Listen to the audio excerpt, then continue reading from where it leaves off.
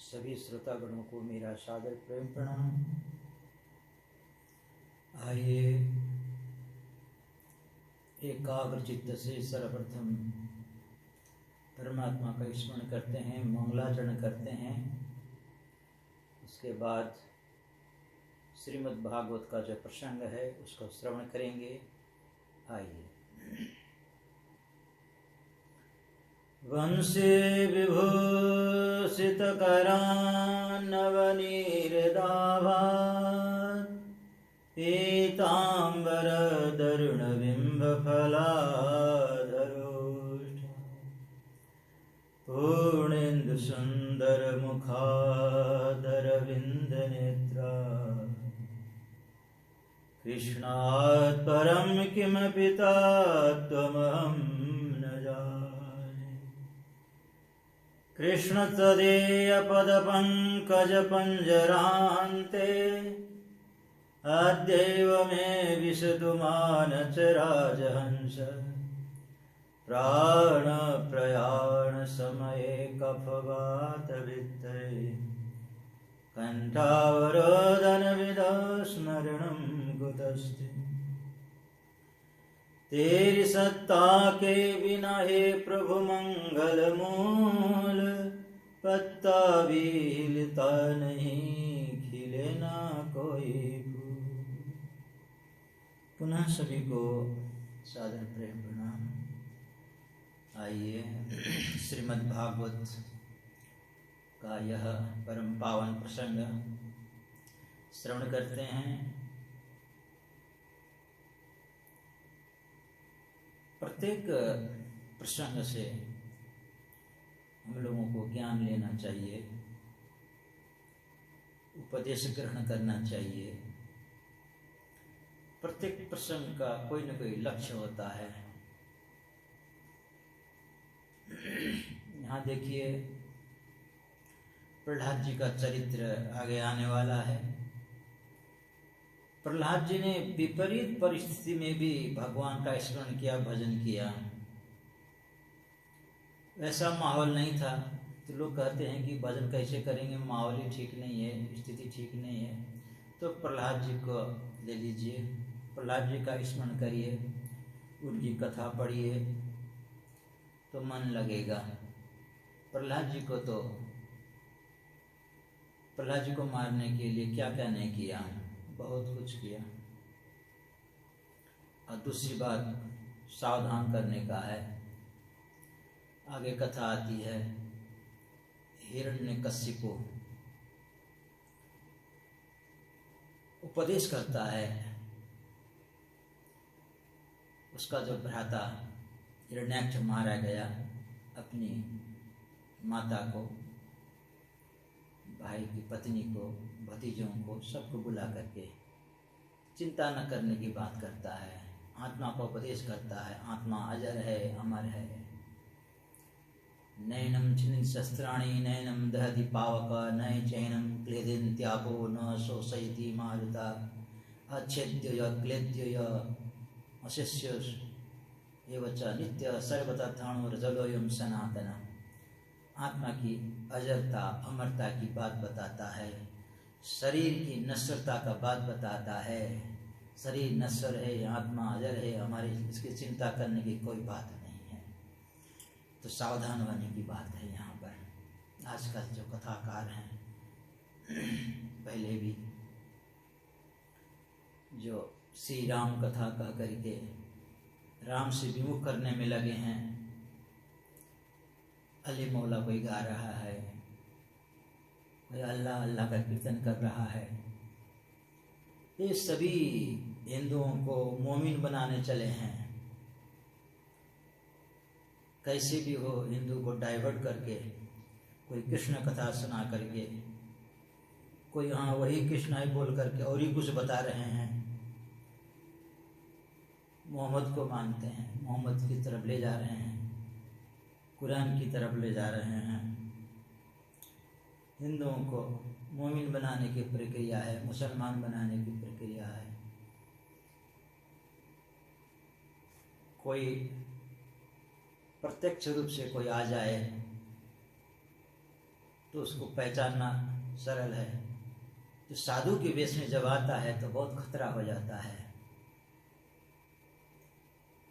रावण जब साधु के वेश में गया सीता जी को अपहरण करने के लिए, पहचान नहीं पाई। कालनेमी जब साधु रूप में राम राम करता था और उसका उद्देश्य था राम से विमुख करना, ऐसे ही छुपे हुए आस्तीन के सांप हैं। सांप दूर हो तो उससे बचना मुश्किल नहीं है, उससे बच सकते हैं। आस्तीन में जो यहाँ छुपे हुए सांप है उनसे बचना बड़ा कठिन है, सावधान हो जाना चाहिए। हिंदू के ही रूप में प्रच्छन्न रूप से ये जो विश्व में हिंदुत्व कितने रह गए हैं, मुट्ठी भर रह गए हैं, उनको भी खत्म करने में लगे हैं। कहते हैं हम हिंदू ही हैं, समझा रहे हैं। समझाने का ढंग अलग अलग है, परंतु बस उद्देश्य वही है। तो ये जो करने वाले ये हिरण्यकशिपु हैं, कालनेमी हैं, ये रावणी हैं कलयुग के, तो सावधान हो जाना चाहिए। जो वेद विरुद्ध बात करता है, कोई सतलोक की बात कर रहे हैं, कहा कि कुछ नहीं, ये सब ऐसा ही है, सब व्यक्ति पूजन में लगा रहे हैं लोगों को। कहा कि भगवान से भी बड़ा है हमारा वो, तो हाँ परमात्मा, साक्षात परमात्मा है, दुनियादारी करते हैं। तो सावधान होने की बात है। वेद प्रणहितो धर्म यह धर्म तद विपर्य वेदो नारायण साक्षात स्वयं श्रीमान। जो वेद विरुद्ध बात करता है, चाहे कुछ भी कहे कि मेरा गुरु बहुत बड़ा है, ऐसा है वैसा है, वेद में ऐसा लिखा है वैसा लिखा है, परंतु वेद वकीलो धर्म मूला, सारे शास्त्रों की उत्पत्ति तो वहीं से है। वेद का ही जो उपनिषद, वेद से उपनिषद उत्पन्न होते हैं, उसे वेदांत कहते हैं। वेद का अंतभाग, उसका सारांश जो ऋषि मुनियों ने चिंतन करके उसको अलग अलग अलग अलग भाग में विभक्त किया है। फिर उसी से ही उपनिषद क्या बताते हैं कि पुराण, भागवत, वेद, उपनिषद सारा जाता भागवती कथा, उसी का सार है भागवत भी। तो कहते हैं कि ये भी नहीं है, ऐसा है, कृष्ण वैसा है, ऐसा है, राम ऐसे हैं वैसे हैं। ये जो करने वाले कालनेमी हैं, सावधान हो जाना चाहिए। तो चलते प्रसंग की ओर।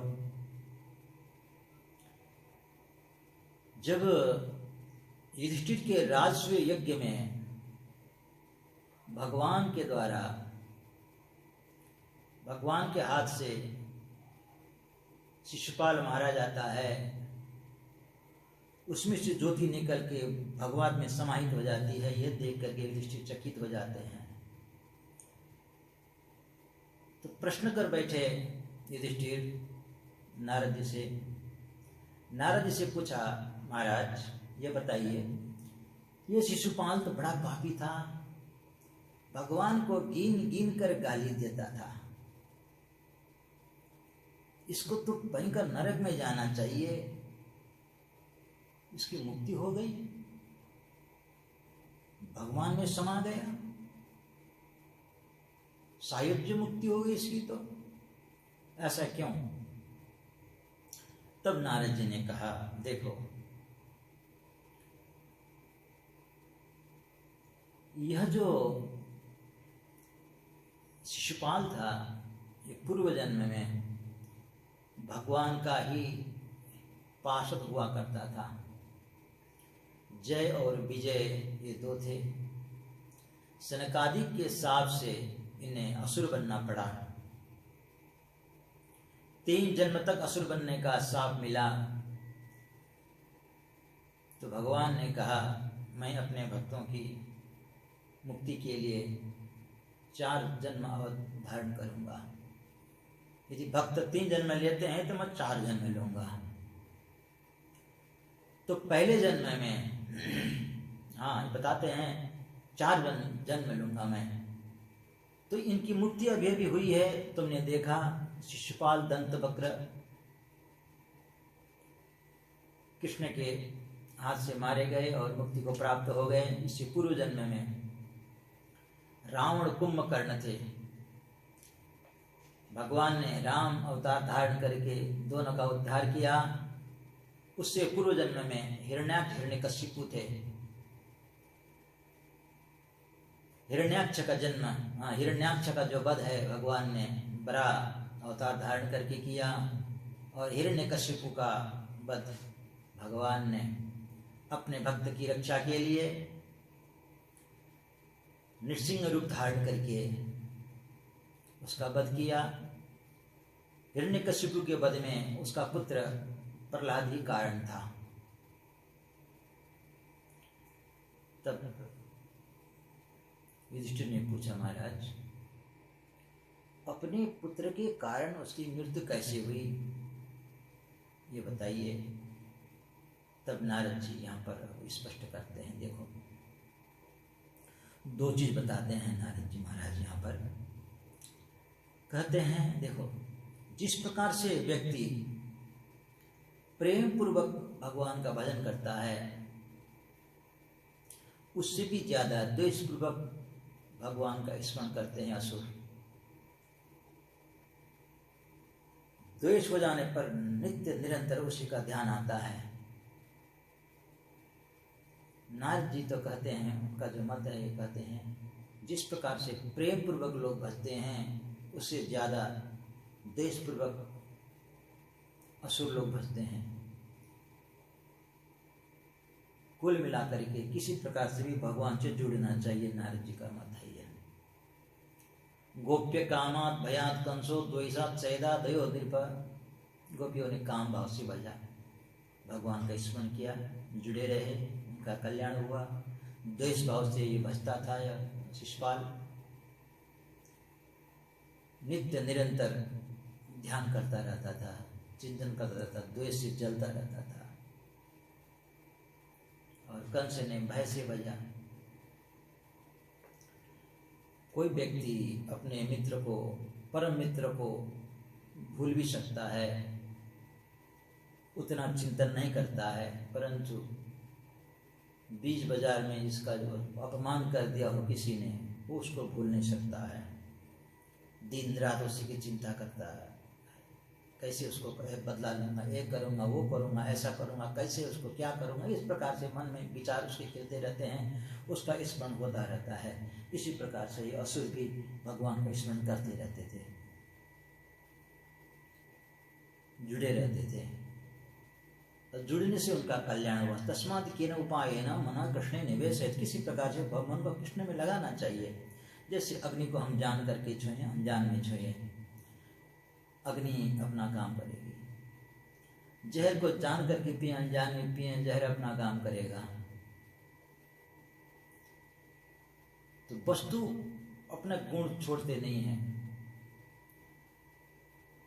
सुनने वाले के पास हो, ज्ञान हो या न हो, वो अपना वस्तु अपना काम करते हैं। तो भगवान क्यों अपना गुण छोड़ेंगे। तो भगवान का जो गुण है, सनमुख होय जीव मोहि जब ही जन्म कोटि अघनाशम तब ही। तो भगवान का जो जुड़ेगा भगवान से, उनका कल्याण होना निश्चित है। और नारद जी महाराज वर्णन कर रहे हैं, जब हिरण्याक्ष का भगवान ने वध कर दिया,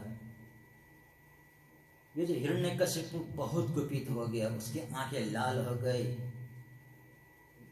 क्रोध से बिल्कुल तमतमा उठा, और सभी को अपने को बुलाया, मित्रों को बुलाया, पुत्रों को बुलाया, भतीजों को बुलाया, दैत्यों को, दानवों को, सबको बुला करके उसने संबोधन करते हुए कहा, देखो ये जो विष्णु है, ये इसकी चाल बड़ी विचित्र है। इसकी कोई स्तुति कर दे, ये उसी का हो जाता है। देवताओं ने उसकी स्तुति की और देवताओं के पक्ष लेकर के मेरे भाई के इसने वध किया। और जब तक मैं उस विष्णु को नहीं मारूंगा, त्रिशूल जैसा गर्दन नहीं उतारूंगा, तब तक मुझे शांति नहीं मिलेगी। तुम लोग जाओ, जहाँ जहाँ धर्म कर्म होते हैं उनको सब नष्ट भ्रष्ट कर दो, यज्ञ यागादि बंद करा दो, साधु संतों को पीड़ा देना शुरू कर दो, क्योंकि इन्हीं से देवताओं को बल मिलता है। ये जो हवन पूजन करते हैं उसी के बल से ये बलशाली बनते हैं। जब ये निर्बल हो जाएंगे तब मैं इनको चुन चुन के मारूंगा। शतांग इस प्रकार से उसने आदेश दिया। असुरों को क्या चाहिए, बस कहते ही यज्ञ यागादि में तोड़फोड़ करने लगे, साधु संतों को सताने लगे। और उसने अपनी माता भ्रातृ पत्नी उषा भानु संबर आदि सभी को बुला करके फिर उपदेश किया, क्योंकि सब लोग चिंता में थे, दुखी थे हिरण्याक्ष के वध से। तब उसने कहा देखो, जो मेरा भाई है युद्ध के मैदान में युद्ध करते हुए वीर गति को प्राप्त हुआ, इसलिए उसकी चिंता करने की जरूरत नहीं उसके प्रति, क्योंकि वो एक वीर पुरुष था। और शरीर तो नश्वर है, क्योंकि आत्मा अजर अमर है। आत्मा की तो कभी मृत्यु होती नहीं है, आत्मा का कभी जन्म होता भी नहीं है, न मृत्यु होती है। जिसका जन्म होता है उसकी मृत्यु होती है, इसीलिए आत्मा का न कभी जन्म है न मृत्यु है। शरीर तो नश्वर है, 5 तत्व से बना हुआ है। क्षिति जल पावक गगन समीरा, पंच रचित यह अधम शरीरा। 5 तत्व से बना हुआ है, 5 तत्व तो जड़ हैं, ये चेतन तो नहीं है। इसलिए 5 तत्व 5 तत्व में मिल गए, आत्मा अजर अमर है, इसलिए किसकी विषय में चिंता करना। इसलिए कोई चिंता करने की जरूरत नहीं है। सुनो, मैं तुम्हें एक उपाख्यान सुनाता हूं। उसिनर देश में एक सुयज्ञ नाम का राजा था।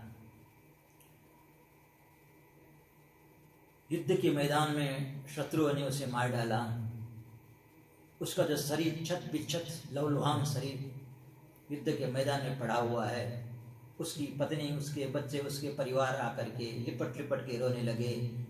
इतने रोए, रोते रोते संध्या हो गई, सूर्य अस्ताचल पर चले गए, फिर भी उनका दाह संस्कार उन्होंने नहीं किया। उनको होश ही नहीं। यमराज को दया आ गई। यमराज साक्षात एक बालक के रूप में आए और समझाते हुए कहने लगे, अरे तुम लोग कैसे हो, कितने मूर्ख हो, अरे किसके लिए रो रहे हो? अरे जिसके लिए तुम रो रहे हो राजा कहते हो तो सामने पड़ा हुआ है। कहा कि नहीं ये हिलते डुलते नहीं है उसके लिए। अब उसको तुमने कभी देखा?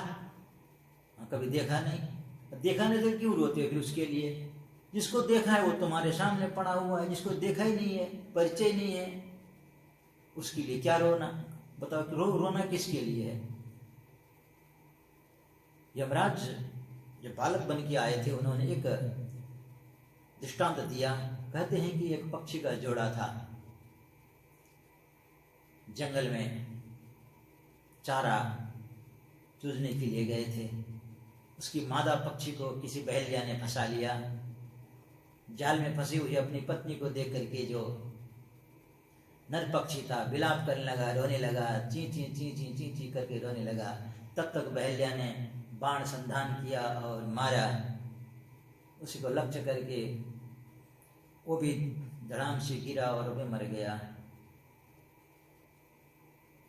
उसी प्रकार से तुम लोग भी रो रही हो जिसके लिए, और काल तुम पर उसी प्रकार से प्रहार करेगा। तुम भी उस नर पक्षी की तरह कर रही हो, तुम्हारी भी गति वही होने वाली है।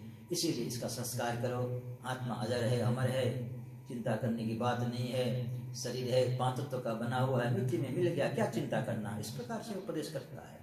ये जो उपदेश दृष्टांत उसने दिया, दे करके अपने बंधु बांधवों को शांत किया, परंतु खुद शांत नहीं हुआ। इसलिए कथाकार कथा करते हैं। हो सकता है कि उनके उपदेश से बहुत लोग को शांति मिले, बड़ा लाभ हो। ये भी हो सकता है कि खुद शांत न हो। जैसे हिरण्यकशिपु दूसरे को शांत किया, वो लोग सब चले गए, और खुद क्या कहता है, ऐसी तपस्या करूंगा, ऐसी तपस्या करूंगा, तपस्या करके वरदान प्राप्त करके मैं बलशाली बनूंगा और उस विष्णु को मैं मार डालूंगा। अब देखिए तपस्या का फल क्या चाहता है। असुर और देवताओं में यही अंतर है।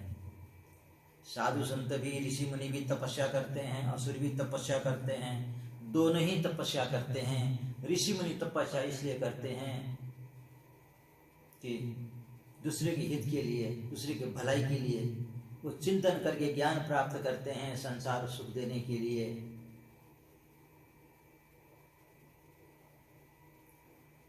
और असुर क्या करते हैं, बलशाली बनकर दूसरे को सताने के लिए, मारने के लिए।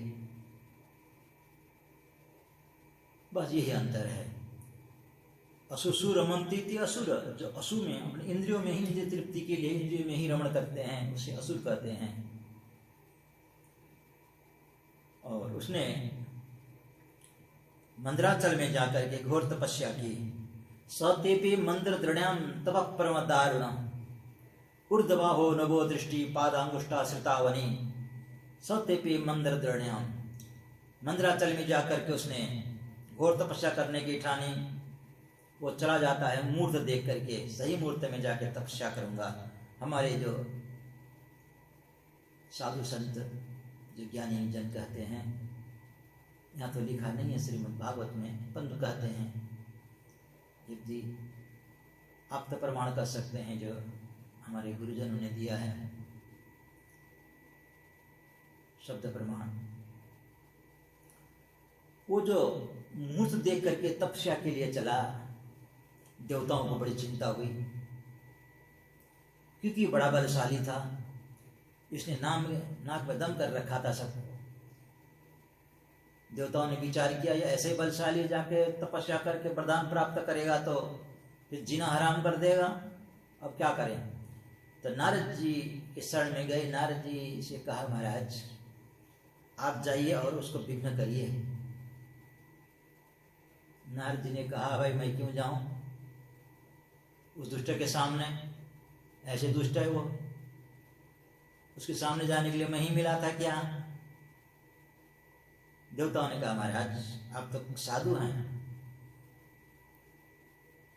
साधनोति पर कार्य साधु, दूसरे के कार्य को साधन करता है वो साधु है, जो अपने लिए करता है वो साधु है।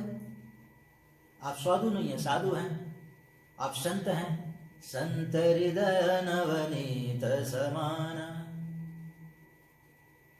संत हृदय नवनीत समाना, नवनी की तरह होता है।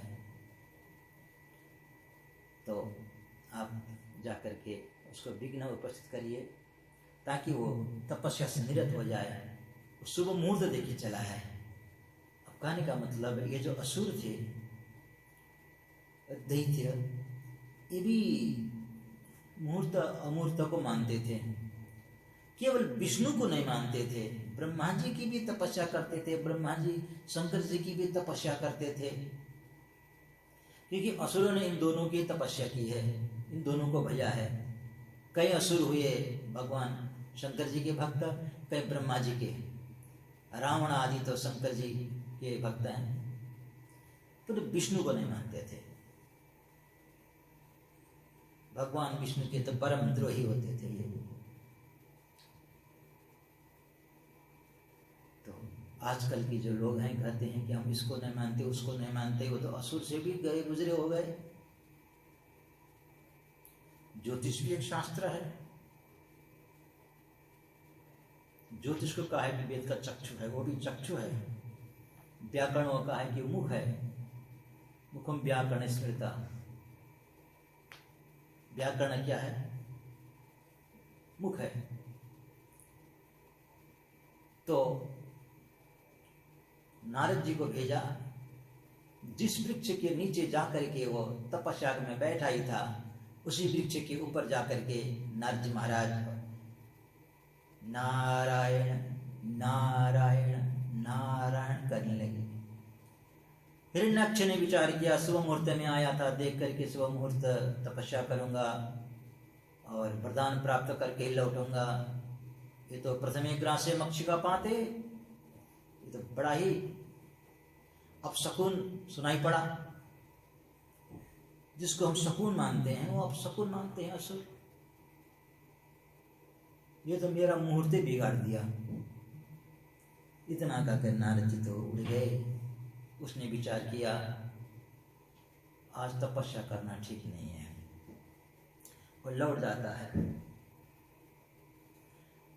और वहाँ उसकी पत्नी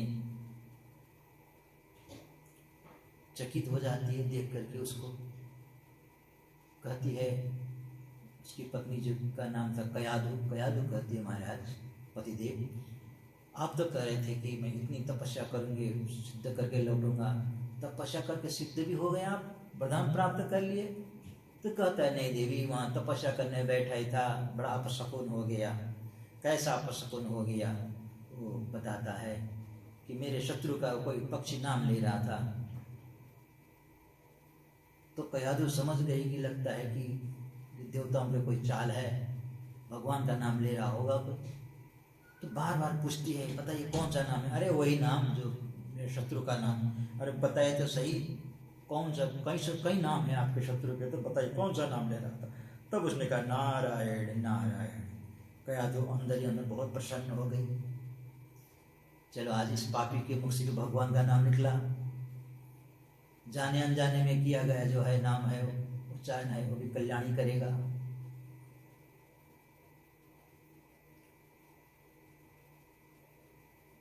संध्या हो जाती है, शयन का समय हो जाता है। शयन करते हैं तो फिर पूछती है, हाँ पतिदेव बताइए, जो भोजन कराते समय में वो कुछ आप बता रहे थे ना शत्रु का नाम, मैं भूल गई, भोजन कराने में व्यस्त थी। तो फिर किसी प्रकार बहाना बना बना करके कई बार नाम उच्चारण कराती है। उसी रात्रि को प्रहलाद जी गर्भ में आ जाते हैं। सुबह समय देख करके दूसरे दिन में कभी फिर निकल जाता है तपस्या करने को। तपस्या उसने घोर तपस्या की है। नारद जी महाराज यहाँ पर वर्णन करते हैं, सतेपे मंदर दृढ़ तप परमधारण ऊर्ध्वाहो नभो दृष्टि पादांगुष्टा सतावनी। ऐसी उसने घोर तपस्या की। ऊर्ध्वाहो नभो दृष्टि, ऊपर की ओर हाथ उठाया, नभो दृष्टि आकाश में दृष्टि की, पादांगुष्टा सतावनी, पाद के पैर के एक अंगूठे पर खड़ा होकर के उसने घोर तपस्या की है। तप परम दारुणम, दारुण तपस्या की उसने। ऐसी तपस्या तो पहले किसी ने भी नहीं की थी। उसकी तपस्या के प्रभाव से धीरे धीरे करके शरीर से अग्नि की ज्वाला की तरफ प्रकट होने लगा।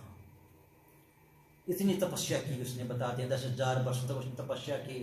उसका शरीर गल गया, दिमक चाट गए, बावियां बन गई, मिट्टी का ढेर हो गया उसका शरीर, परंतु उसके अस्थि में अभी भी तेज और प्राण बचे थे।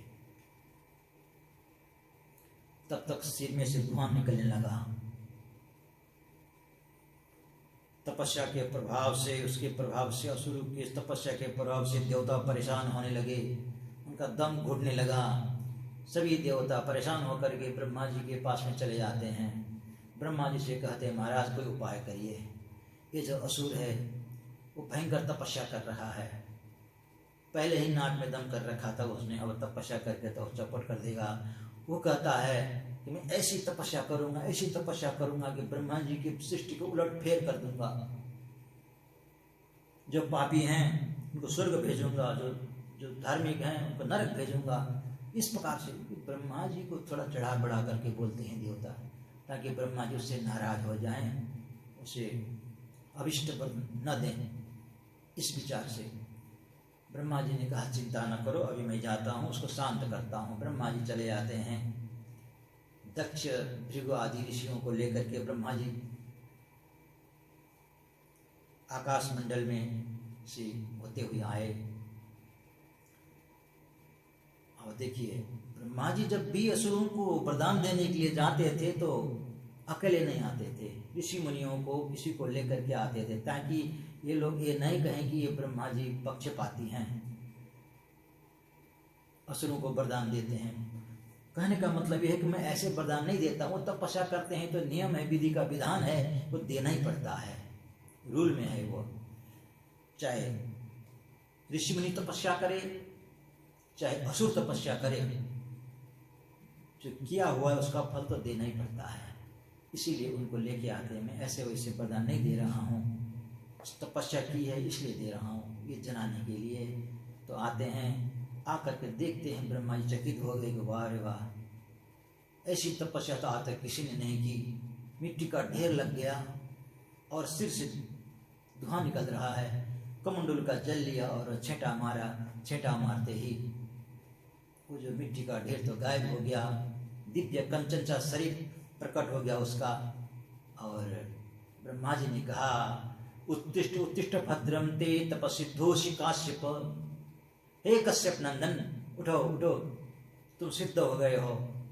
ऐसी तपस्या तो आज तक किसी ने नहीं की थी। बताओ क्या वरदान चाहते हो? वरदो हो मनु प्राप्त, मैं वरदान देने के लिए आया हूं, तो अपना इच्छित वर मांगो, क्या चाहते हो? तब हाथ जोड़ के प्रणाम करता है, प्रणाम करके कहता है, महाराज हे ब्रह्मा जी, हे विधाता, मुझको अजर अमर बना दीजिए। ब्रह्मा जी ने कहा, मैं भी अजर अमर नहीं हूं, मैं भी 100 साल के बाद मुझे भी जाना पड़ता है, यह यहाँ का नियम है। आया है सो जाएगा, राजा रंग का फकीर। इसलिए तुम अपने अजर अमरता की बात न करो। हाँ, उसको करने के लिए, जो तुम मृत्यु को टालने के लिए जो वरदान मांग सकते हो तो मांगो। तब कहता है वो, महाराज हे विधाता, न मैं अंदर मरूं, न बाहर मरूं, न दिन में मरूं, न रात में मरूं, न शस्त्र से मरूं, न अस्त्र से मरूं, न ऊपर मरूं, न नीचे मरूं, न जल में मरूं, न स्थल में मरूं, न अंदर मरूं, न बाहर मरूं। हे विधाता, कहाँ तक कहें आपकी बनाई हुई सृष्टि में किसी से न मरूं। ब्रह्मा जी ने कहा, और कुछ सोचना है सोचो। तो कहता है कि 12 महीना में न मरूं। अब बताओ कौन मारेगा? कहा कि हाँ। ब्रह्मा जी ने कहा, और कुछ? महाराज इनफ हो गया। तो 12 महीना में नहीं मरेंगे, आपके द्वारा बनाए गए सृष्टि में न बनेंगे, न नर से न किसी सृष्टि से, आपकी बनाई हुई सृष्टि किससे नहीं मरेंगे, तो मारेगा कौन? ये वरदान दीजिए। ब्रह्मा जी ने कहा, तथास्तु एवं अस्तु, ऐसा ही होगा। ब्रह्मा जी वहां से चले गए। बड़ा प्रसन्न हो गया वह, प्रसन्नता पूर्वक लौटता है अपनी राजधानी में। लौटा तो देखा कि सब चौपट हो चुका है। वहां तो असुरादि कुछ भी नहीं थे वहां पर, क्योंकि जब वो तपस्या करने चला गया तो देवताओं ने आक्रमण कर दिया था।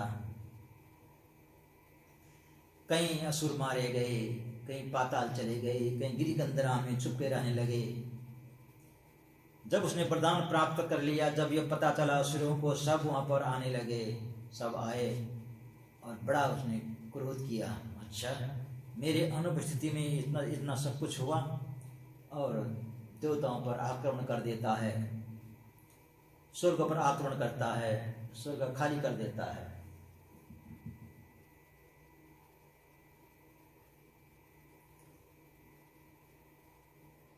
असुर का साम्राज्य हो जाता है, आधिपत्य हो जाता है स्वर्ग में। देवता लोग भागे भागे फिरते हैं, गिरिकंदरा में छुप जाते हैं, और कब तक छुपेंगे? उसने यज्ञ याग आदि सब बंद करा दिया, कुछ भी नहीं बचा। नारद जी महाराज कहते हैं, देवता लोग उसके यहाँ पर, इंद्र आदि देवता झाड़ू लगाने आते थे। मैं भी उपस्थित होने जाता था, गीत गाने जाता था वहाँ पर, मैं भी हाजिर लगा के आया करता था। सब देवता दिक्पाल सब उसके वशवर्ती हो गए, उसी की गुणानुवाद करते थे, और उपाय भी नहीं था। सभी देवता फिर ब्रह्मा जी के शरण में जाते हैं। ब्रह्मा जी कहते हैं कि मैंने तो जो उसने कर्म किया उसका मैंने फल दे दिया, अब सब चले भगवान की शरण में। तो भगवान से प्रार्थना करते हैं, भगवान प्रकट होते हैं। भगवान ने कहा, यदा देवेषु वेदेषु भूषु विप्रेषु साधुषु धर्मे मयि च विद्वेष सवासो विनश्यति।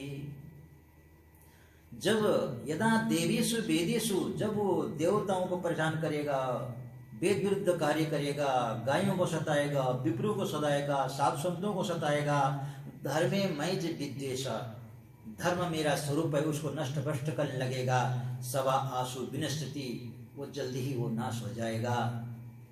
और जब उसके पुत्र निर्भय पुत्र को सताने लगेगा, तब मैं कितने ही वरदान उसके द्वारा जो मिला हुआ है, ब्रह्मा जी के द्वारा वो प्राप्त है, उन सब वरदानों को पूर्ण करके भी मैं उसको मारूंगा।